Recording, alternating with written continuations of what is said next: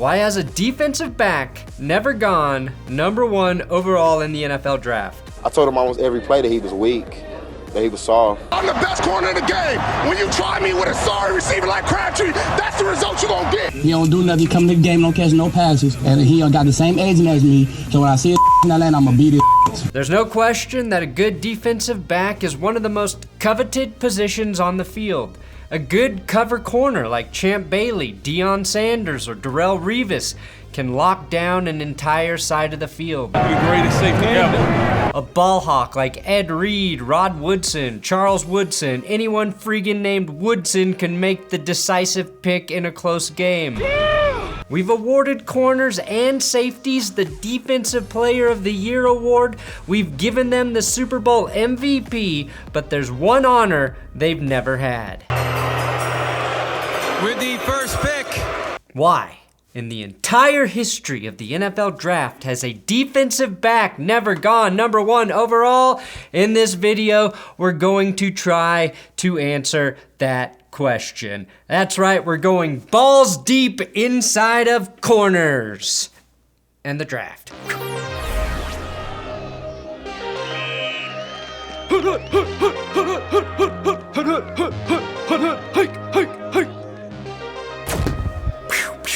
Hey, if you enjoy football videos here on YouTube, I implore you to subscribe. Today's episode is sponsored by Blue Block's Blue Light Glasses, the only blue light blocking glasses I use. Get out of here, blue light, you devil! Get out of here! Now, I told you that I use these glasses to protect my eyes during my hours and hours and hours and hours and hours of computer screen staring. But I also started using them before I went to bed. They say you should turn off your screen an hour before going to sleep. And do what? Read a book like a square? No, I'm gonna stare at my phone in bed for at least an hour, and with these bad boys on, I don't have to worry about blue light messing with my circadian rhythm. So go to blueblocks.com/thatsgoodsports and use the code thatsgoodsports at checkout to get 20% off your order. Blue Block ships worldwide and has glasses available in both prescription and non-prescription with easy exchanges and returns for your convenience. That's BLUBLOX.com/thatsgoodsports, or just click the link below and make sure to use code thatsgoodsports to get 20% off your Blue Blocks order. For the sake of this video, we're going to limit our research back to 1989.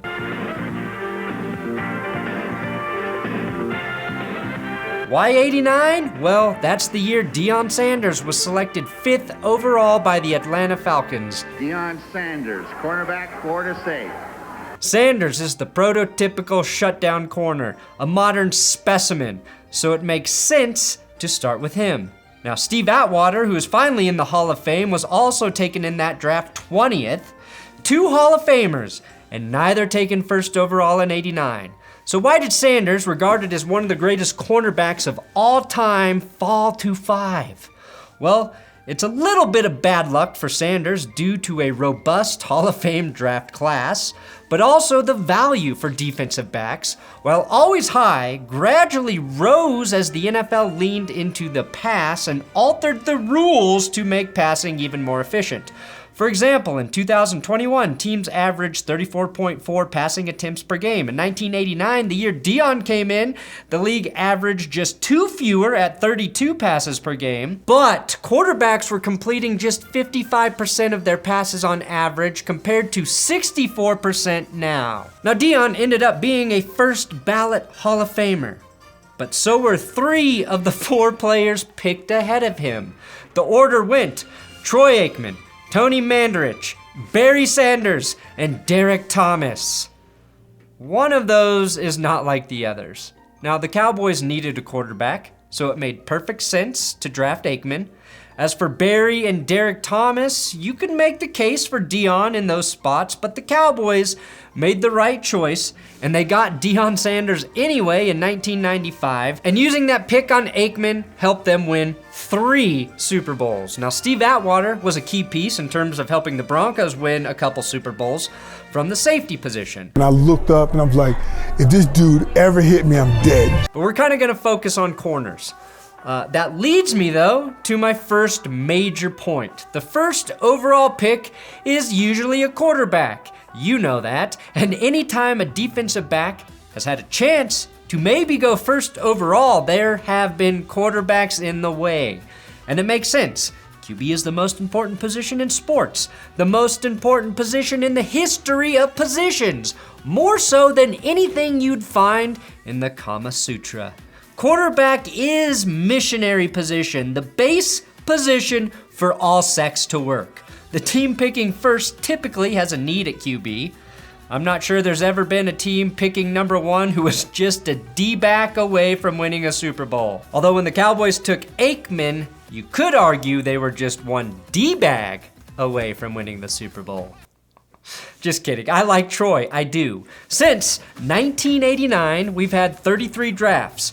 33 players selected first overall. 21 of those 33 players were QBs. That percentage is only going to go up in the future, considering 6 of the last 7 picks have been picked because of their arm talent. Due to the importance of the position, this has led to some teams, many teams, to reach on a quarterback when there are perfectly good defensive backs in the running to go first overall. For example, do you think that if they had a do-over, the Rams would have taken Jalen Ramsey over Jared Goff? You don't need to wonder, because they would later trade for Jalen Ramsey and trade away Jared Goff. That demonstrate facts. He just couldn't handle the truth. It was facts. In 1999, the Browns spent their first overall pick on quarterback Tim Couch. If they could redo that one, they would almost certainly swap him out for Champ Bailey, who fell all the way to number 7. The last great decision by Washington before Dan Snyder bought the team. The team he's about to lose or already lost, depending on when you're lucky enough to find this video based on the YouTube algorithm. But hindsight is always 20/20. If it's close, the team will take the quarterback over the DB, and it's hard to blame them. But it does lead to some swings and some misses. And even the Browns they're trying to build the team from scratch, so they kind of had to take a quarterback in Tim Couch. But what happens when we narrow down the pool to just defensive players? So out of the last 33 first overall picks, 12 of them have been non-quarterbacks, but nearly half of those players have been offensive players. We've had 3 tackles, 1 running back, and 1 wide receiver. Out of the remaining 7 defensive players, 100% of those players have been defensive linemen, 2 defensive tackles, and 5 edge rushers. So 0 defensive backs. Now you could argue that Jadeveon Clowney is an outside linebacker, but his Wikipedia page has him listed as a defensive end. And as we all know, Wikipedia is the one true source of all knowledge. So shut the hell up about it. So 7 out of 7 have all been defensive linemen of some sort.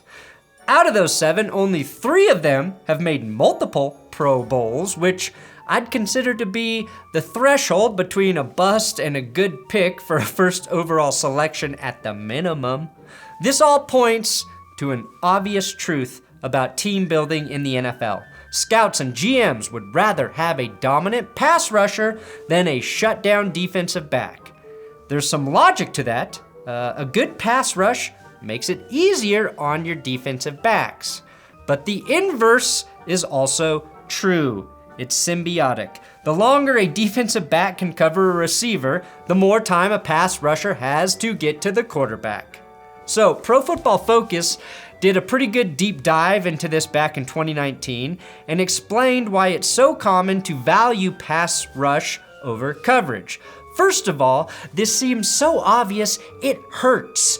But when we watch football on a normal television broadcast, we see the pass rushers We don't see good or bad coverage unless you're looking at the All-22 later, and most of us aren't nerds, so we don't. But maybe coverage is more valuable for this reason. Pass breakups, interceptions, or catches allowed are higher leverage outcomes than beating a block. That's a complicated way of saying that the offense can still make a play if a pass rusher wins versus his man, but they can't make a play if a defensive back wins versus his man. Russell Wilson can evade a free rusher, but he can't do anything about a ball that gets batted away or intercepted. The conventional wisdom is to take a pass rusher over a defensive back every time, and that's unproven. We've just accepted it as true. There's no obvious answer, but it should be open-ended enough to dispel the notion that pass rushers over defensive backs is law. At the very least, DBs should have equal draft value as edge rushers.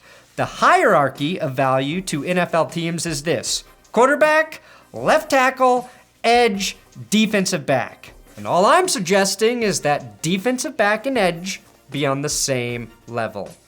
So who is the highest ever drafted defensive back? Well, most recently, that would be Jeff Okudah at 3 to the Lions. He doesn't help my case. And just to show that I looked further than 1989, in 1988, one of the all-time best named players, Benny Blades, went 3rd overall. Yes, also to the Lions. 1988 actually had 3 defensive backs go top 10, but the best DB from that draft class was Eric Allen, a Hall of Fame snub, but he was picked in the 2nd round. If we broaden our search, there are some occasions where a team is willing to spend a top 5 pick on a defensive back. So let's see how those decisions have turned out. Again, going back to 1989, there have been 13 defensive backs drafted in the top 5. Only 13 out of a total of 165 top 5 picks in the last 33 years. You had Dion Sanders, Eric Turner, Terrell Buckley, who's now an XFL coach, Sean Springs, Charles Woodson, Quentin Jammer, Terrence Newman, Sean Taylor, who would not hesitate to ruin a quarterback's vacation in Hawaii, Eric Berry, Patrick Peterson, Jalen Ramsey, Denzel Ward, and Jeff Okudah all went in the top 5. But the honor of the highest drafted defensive back ever goes to Eric Turner, who went number 2 overall in 1991 to the Browns. Turner was an all-pro safety before he tragically died of stomach cancer at age 31. Just using the eye test, almost all of those guys ended up being very good players. Quentin Jammer is a little iffy, but he was an 11-year starter with the Chargers. The early returns for Jeff Okudah have not been promising, but there's still plenty of time for him to turn it around and get healthy. Essentially, 11 of the 13 defensive backs taken in the top 5 ended up being worthy selections. Using a big-time pick on a defensive back is a sound investment. I would urge more teams to do it. And like with any position, there's always risk associated with it. However, after the top 5, it gets very murky. Glancing at the 2014 class, 9 defensive backs were taken in the 1st round, but only 3 have a Pro Bowl under their belt. The first one taken, Justin Gilbert to Cleveland, played in just 35 games, a certified bust. But strangely enough, the list of top 5 picks does not include most of the Hall of Fame defensive backs picked after 1989. Dion was a shoo-in, but 2 years later, no one thought to take Aeneas Williams until the 3rd round. John Lynch was also a 3rd rounder in 1993. In 95, Ty Law doesn't come off the board until pick number 23. We talked about Champ Bailey, who went 7th overall in 1999. You can thank Mike Ditka for that. Then you have the 2 greatest safeties of the 21st century in Ed Reed and Troy Polamalu, and neither of them are top 15 picks. That's 6 Hall of Fame defensive backs who were drafted outside the top 5. And it's not including possible future Hall of Famers like Darrelle Revis, Earl Thomas, Aqib Talib, and Richard Sherman. Now, unless this video changes the way teams draft defensive backs, this is to say that the best value picks you can get are DBs. This also points to the fact that defensive backs can be really hard to evaluate. For all intents and purposes, the best ones are the first ones taken. But why are they so hard to judge? Well, I think there's 3 solid reasons for this. First of all, the jump in quarterback play is it's a massive, going from college football to the NFL. College defensive backs will almost never have to account for the tight window throws they'll see at the next level. Look at that hose. Another reason, the NFL's passing game is a lot more complex. Pass rushers know their job. It's very simple. Rush the quarterback. That stays the same. But defensive backs have to learn new responsibilities, techniques, new coverage styles. Some play man, some are better suited for zone. And if they fart on a receiver, it's both pass interference and taunting in the NFL, and they're double screwed. It's a lot to handle. And if a rookie corner doesn't have the aptitude for it, they won't be able to make the jump. And finally, if you're a defensive back who does his job, well, it's kind of hard to get noticed. Scouts still love game-breaking plays, and those playmakers are also risk takers that end up getting torched in the big league. Here's a hint, though, for any scouts watching. Draft the guys who pose like they're auditioning for Playgirl. They're almost always very, very good. The good ones make plays, like Marcus Peters or Trayvon Diggs, but also give up plays. The great corners, the great defensive backs don't get tested all that often, a la Darrelle Revis and Champ Bailey. So let's recap. Usually quarterbacks hog the number 1 slot in the draft.